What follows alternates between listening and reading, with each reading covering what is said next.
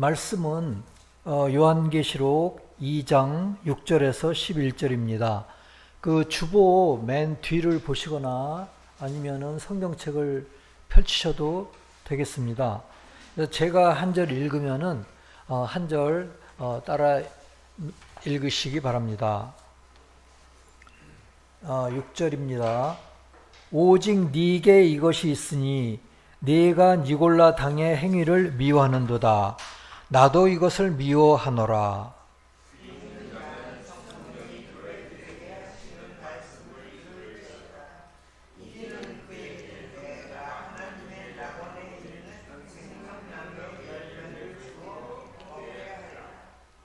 서머나 교회의 사자에게 편지하라. 처음이며 마지막이요 죽었다가 살아나신 이가 이르시되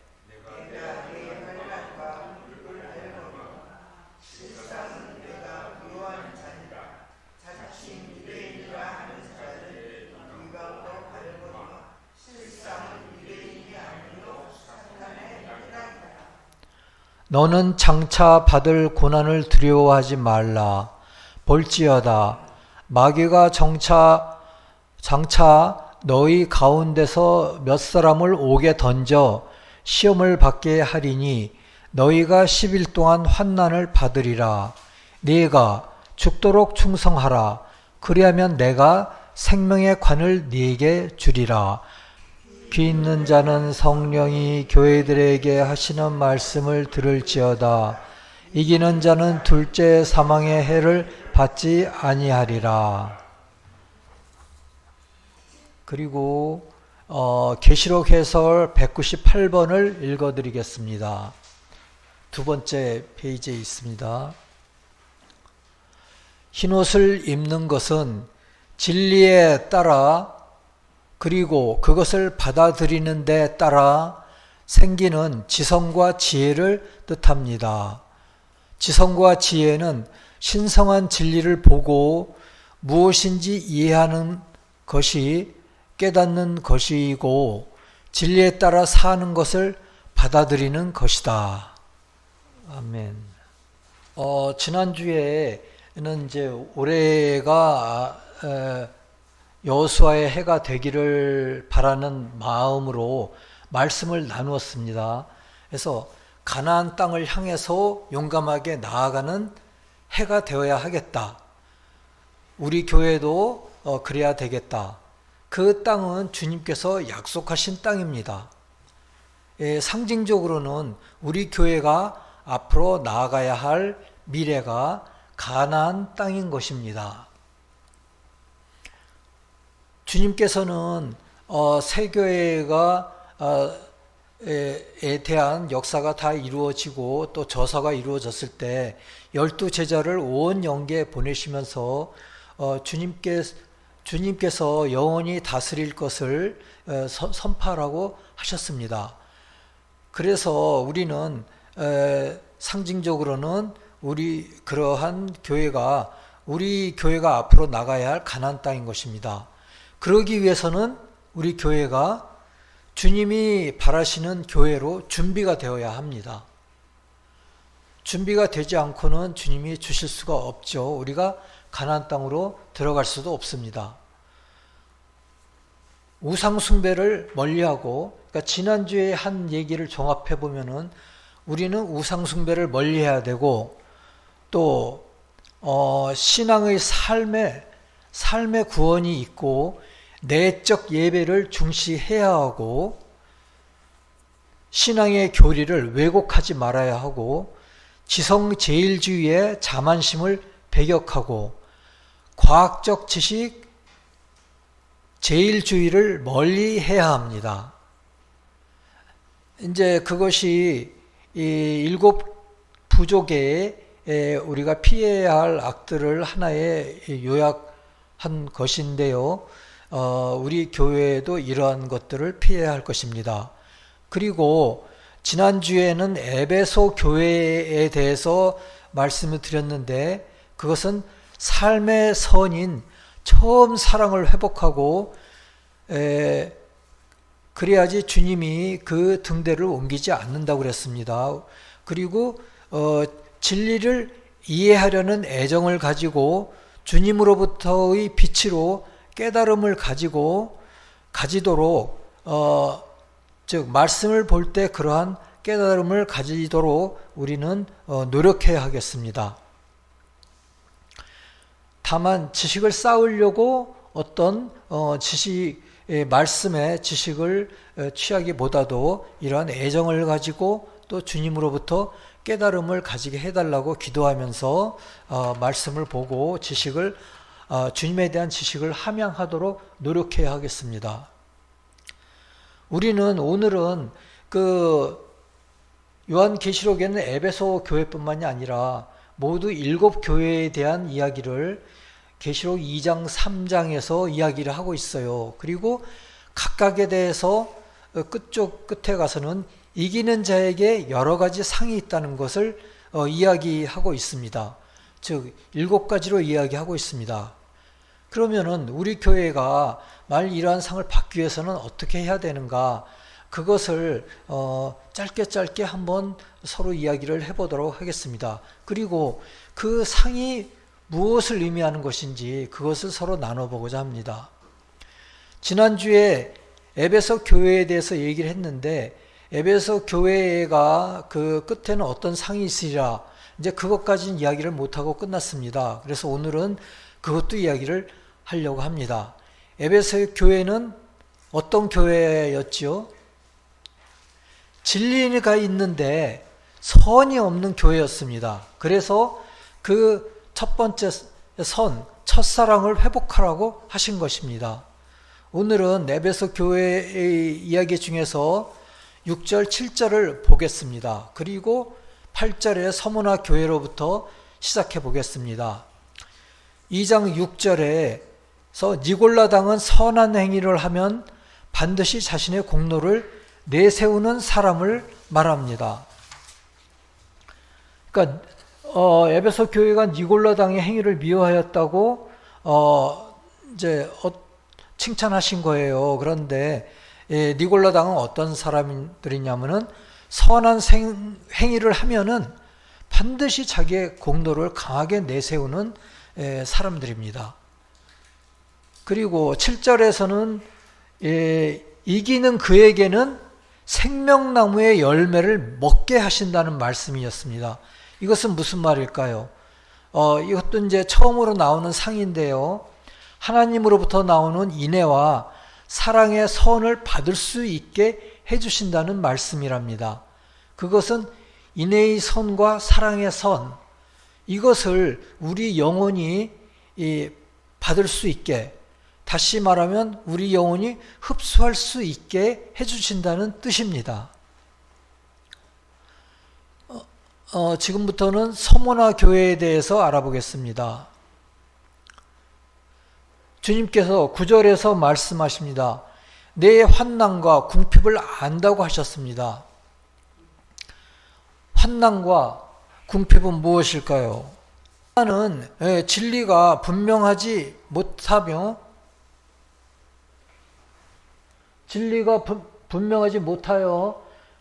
거짓과 싸움이 일어날 때를 말한다고 합니다. 그러니까 싸움이 일어날 때 이제 환난이 일어나는 거죠.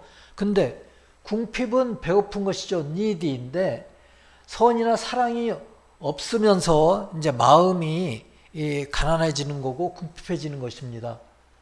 그래서 이것은 선한 생활은 있으나 교리가 거짓 안에 있는 사람들이 서문화 교회라고 합니다. 그래서 사탄의 회당이라고 얘기를 했는데요. 사탄은 거짓을 얘기하는 것이죠. 그래서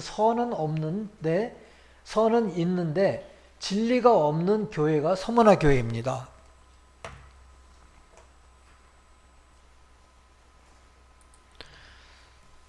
그래서 진리와는 다른 거짓 쪽에 있을 때 선과 악의 갈등이 일어나고 그런 갈등이 일어난 것이 환난입니다. 그런데 궁핍은 선과 사랑이 없을 때 궁핍합니다. 환난은 진리가 분명하지 못하고 거짓과의 싸움이 일어날 때고, 궁핍은 선이나 사랑이 없을 때 마음이 궁핍해지는 것입니다. 다시 말하면 영혼이 궁핍해지는 것입니다. 네가 부요한 자니라 한 것은 그런데 이 교회는 선이 있기 때문에 그래서 주님은 내가 부요한 자니라 그래서 그렇게 이제 구절에서는 이야기한 것이고요. 근데 또 실상은 또 부요하다 이렇게 얘기한 것입니다. 근데 자칭 유대인이라고 하는 자들의 비방도 알거니와 실상은 유대인이 아니요 사탄의 회당이라. 이 말은 유대라는 말은 사랑이 있는 자들인데 자칭 유대인이라고 하는 것은 스스로만 사랑이 많은 사람이라고 하는 것이고 그렇게 공포하고 다니는데 사실은 사탄의 회당, 즉 사탄의 모임이라는 것입니다.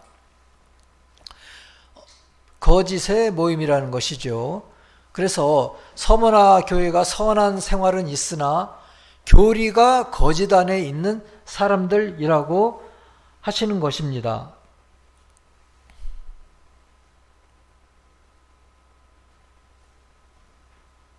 그래서 사탄의 회당이라고 한 것입니다. 선은 있는데 진리가 없는 교회입니다. 그런데 장차 받을 고난을 두려워하지 말라. 볼지어다 마귀가 장차 너희 가운데서 몇 사람을 옥에 던져 시험을 받게 하리니라고 했습니다. 그 말은 이제 거짓 안에 있기 때문에 우리는 시험이 오는 것입니다. 진리와 거짓은 항상 대립되는데 이 마귀는 이제 악한 사람을 말하지만 사탄은 거짓된 사람을 말합니다. 그래서 마귀가 몇 사람을 옥에 던져 시험을 받게 한다는 것이고요. 자칭 유대인의 사랑은 위선과 거짓된 사랑이었기 때문에 시험을 받게 될 수밖에 없다는 것입니다. 그래서 옥에 던져 시험을 받게 하리니는 너희가 10일 동안 환난을 받으리라고 합니다. 거짓 안에 머물러 있는 동안은 시험은 열흘 동안 충분한 기간 동안 시험이 계속된다는 뜻입니다. 그런데 시험이 많다는 것은 나는 바르고 선하다고 생각하지만 내 삶 속에 악하고 거짓된 것이 많다는 것입니다. 그런데 죽도록 충성하라. 그리하면 이제 두 번째 그 상으로는 그리하면 내가 생명의 관을 네게 주리라 하였습니다. 환난은 받지만은 그래도 충성하라고 하신 것입니다. 생명의 면류관을 받는다는 것은 무슨 뜻일까요? 그 말씀은 영생을 얻게 될 것이라는 것입니다. 그리고 귀 있는 자는 성령이 교회들에게 하시는 말씀을 들을지어다. 이기는 자는 둘째 사망의 해를 받지 아니하리라 라고 하셨습니다. 이기는 자는 영적인 성과 진리로 이기는 자를 얘기하는 건데요.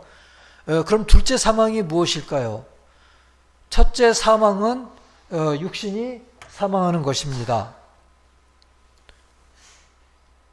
둘째 사망은 그럼 무슨 뜻이냐면은 해를 받지 아니하리라 하고 말씀하신 것입니다. 이 첫째 우리가 천국의 사망이 영계에 들어와서 사람이 영계에 들어가지고 천국에 들어가지 못하고 지옥에 가는 것을 둘째 사망이라고 합니다. 성경에서 사망이라는 표현은 두 가지로 얘기하는데 지옥으로 가는 것, 또 악과 거짓으로 타락했을 때 이렇게 두 가지로 이야기를 하는데요. 둘째 사망의 해를 받지 아니라는 것은 영혼의 사망과 악과 거짓을 이길 것을 뜻하는 것입니다. 그래서 그 상은 이러한 상을 받게 된다는 뜻으로 이야기하신 것입니다. 그리고 이제 버가모 교회에 대해서 나옵니다. 버가모 교회는 에서 만나라는 이야기가 나오는데 만나는 주님의 신성한 사랑을 이야기합니다. 그리고 흰 돌은 주님의 신성한 진리를 이야기합니다. 그러니까 버가모 교회에 주는 상은 흰 돌을 주겠다는 건데요. 이와 같이 흰 돌을 주겠다는 게 아니고요. 그 신성한 진리, 그 주님의 신성한 진리를 주겠다는 것입니다. 그 돌 위에 새 이름을 기록하였다는 것은 무엇이냐면은 우리의 각자의 특성대로 성과 진리를 받고 그 성과 진리를 새기는 것이 새 이름을 기록하는 것이라고 합니다.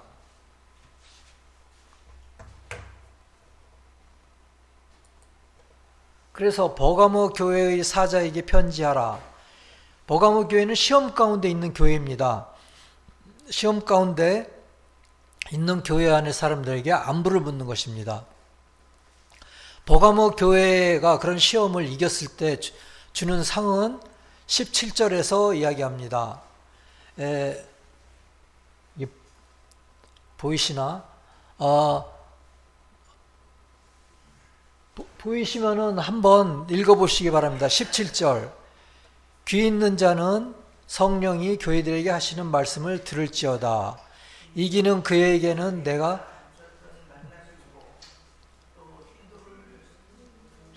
터인데 그 돌 위에 새 이름을 기록한 것이 있나니 받는 자 밖에는 그 이름을 알 사람이 없느니라 라고 되어 있습니다. 만나는 주님의 신성한 사랑입니다. 흰 돌은 주님의 신성한 진리입니다. 그 돌 위에 새 이름을 기록한 것은 우리 각자의 특성대로 선과 진리를 받는다는 것이고요. 그 선과 진리를 새기는 것이 새 이름을 기록하는 것입니다. 그러니까 주님의 신성한 진리가 흰 돌인데 우리가 받은 주님의 신성한 진리에다가 또 우리가 받은 선과 진리를 새긴다는 그런 의미의 추상적인 의미입니다. 그러면 두아디라 교회에 가서 두아디라 교회에 주시는 상은 무엇일까요? 그것을 한번 살펴보겠습니다. 이 두아디라 교회는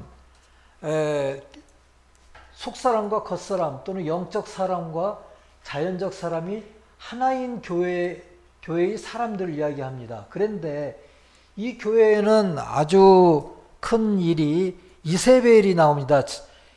이세벨로 주님이 시험을 하시는데 자기 자신에 대한 사랑과 세상에 대한 사랑으로 인해서 타락하는 를 이야기합니다. 그러니까 이세벨은 자기 자신에 대한 사랑과 세상에 대한 사랑을 이제 상징적으로 이야기한 것입니다. 이 두아디라 교회에 대해서 말씀드리면은 물론 이 두아디라 교회에서도 주시는 상이 있죠. 그런데 자기 사랑과 세상 사랑을 극복해야 하는 것입니다. 계시록 해설 150번에서 말하기를 속사람과 겉사람, 영적 사람과 자연적 사람이 하나인 교회를 뜻한다고 합니다. 그러나 이세벨이라는 여자를 네가 용납함이니 라고 나와 있습니다. 즉 자기 사랑과 세상 사랑의 기쁨을 용납한 것을 뜻합니다. 이것이 분명한 까닭은 이세벨이라는 여자는 완전히 타락한 교회를 뜻하기 때문입니다. 모든 교회는 그 두 가지 사랑, 즉 자기 자신의 사랑과 세상에 대한 사랑으로 인해서 타락합니다. 모든 교회라고 계시록 해설 159번에서는 이야기하고 있습니다. 즉 우리 교회도 포함이 되는 것입니다. 우리 교회도 만일 자기 자신에 대한 사랑과 세상에 대한 사랑으로 타락하면은, 즉 이세벨이라는 여자를 용납하게 되면은 우리 교회도 망하는 것입니다. 타락하는 것입니다. 그래서 우리 교회도 이것을 조심하면서 이겨야 하겠습니다. 그래서 이거는 상당히 굉장히 경고성이 있어가지고요. 401페이지를 성경 401페이지를 각자 읽어보겠습니다. 20절부터 보시기 바랍니다. 예, 2장 20절. 그러니까 왼쪽 페이지입니다. 400페이지. 그러나 네게 책망할 일이 있노라. 자칭 선지자라 하는 여자 이세벨을 네가 용납함이니 그가 내 종들을 가르쳐 꿰어 행음하게 하고 우상의 제물을 먹게 하는도다. 21절 읽으십시오.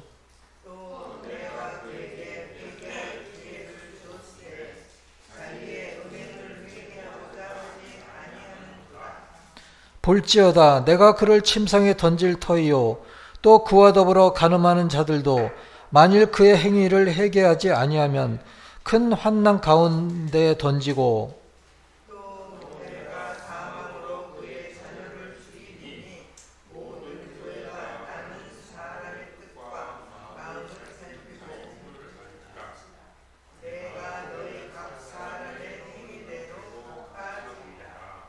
예, 여기까지. 그래서 이 이세벨은 자기의 자아사랑과 세상사랑이라고 그랬죠. 그래서 이것에 이제 간음을 행하는 것은 우리가 선을 모독하는 것이고 또 진리를 또 위하는 것이 바로 이러한 것들이라고 얘기할 수가 있는데요. 회개할 기회를 주었습니다. 그런데 회개하지 않을 경우에는 그의 자녀를 죽인다고 했습니다. 그래서 우리의 자녀를 죽이는 것이 아니라 이 자녀는 이제 그 이세벨의 그러니까 자녀는 거짓을 얘기하는 겁니다. 여기에서 그러니까 거짓을 다 죽인다는 이야기인데 그것은 우리가 악을 죄로 알고 멀리할 적에 우리의 그 거짓이 죽는다는 이야기입니다. 그래서 여기에서 우리는 특별히 이 교회를 칭찬하면서도 두아디라 교회를 칭찬하시면서도 이 이세벨을 용납한 것에 대해서 아주 강하게 질책하고 계십니다. 즉 자아사랑과 세상사랑을 강하게 질책하고 계시고요.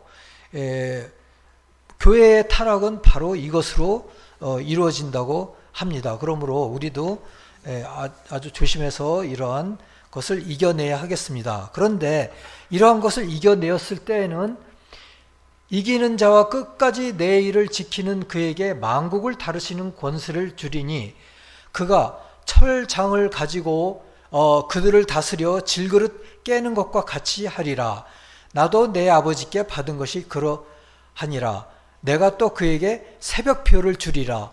아주 그 주시는 상이 커요.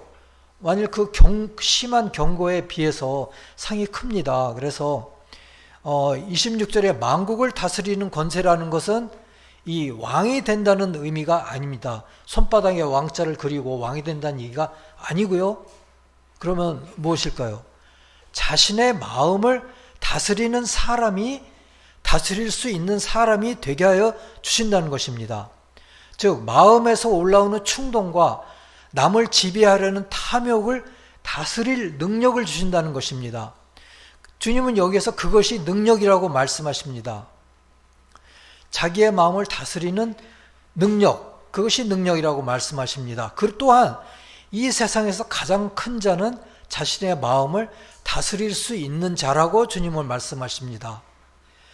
27장에서의 철장을 가지고 다스린다는 말씀은 자연적인 진리로 내 마음의 허영과 욕망을 깨뜨릴 것이라는 말씀입니다. 철장은 자연적인 진리의 상징이지요. 그리고 내 아버지께 받은 것은 주님의 신성으로부터 나오는 신성한 진리를 받을 것이다.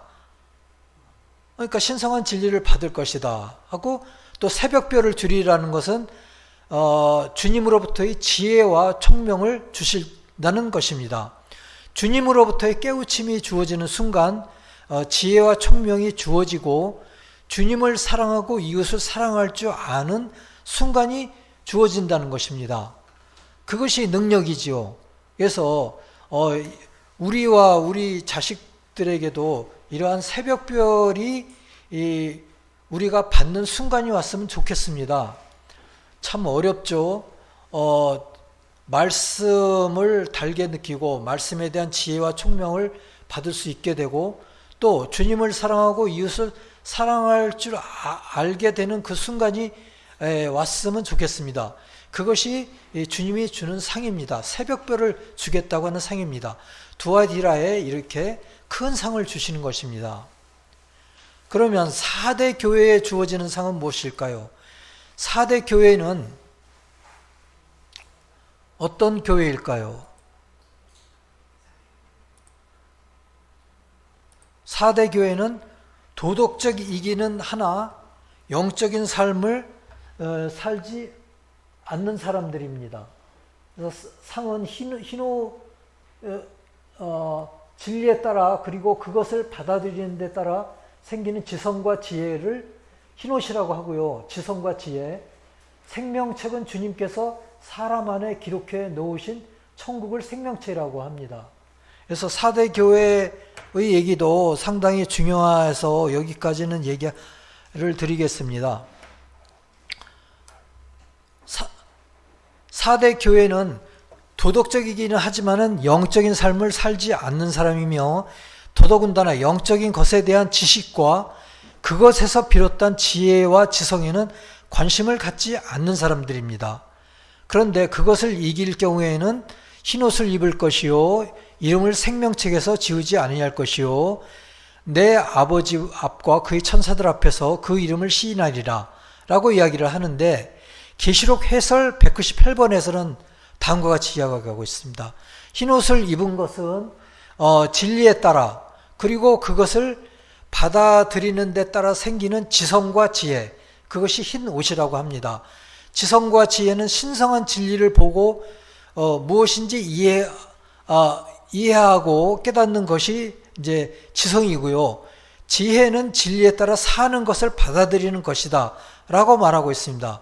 그러니까 진리와 지혜가 여기서 이렇게 아주 명확하게 이야기를 하고 있는 것인데요.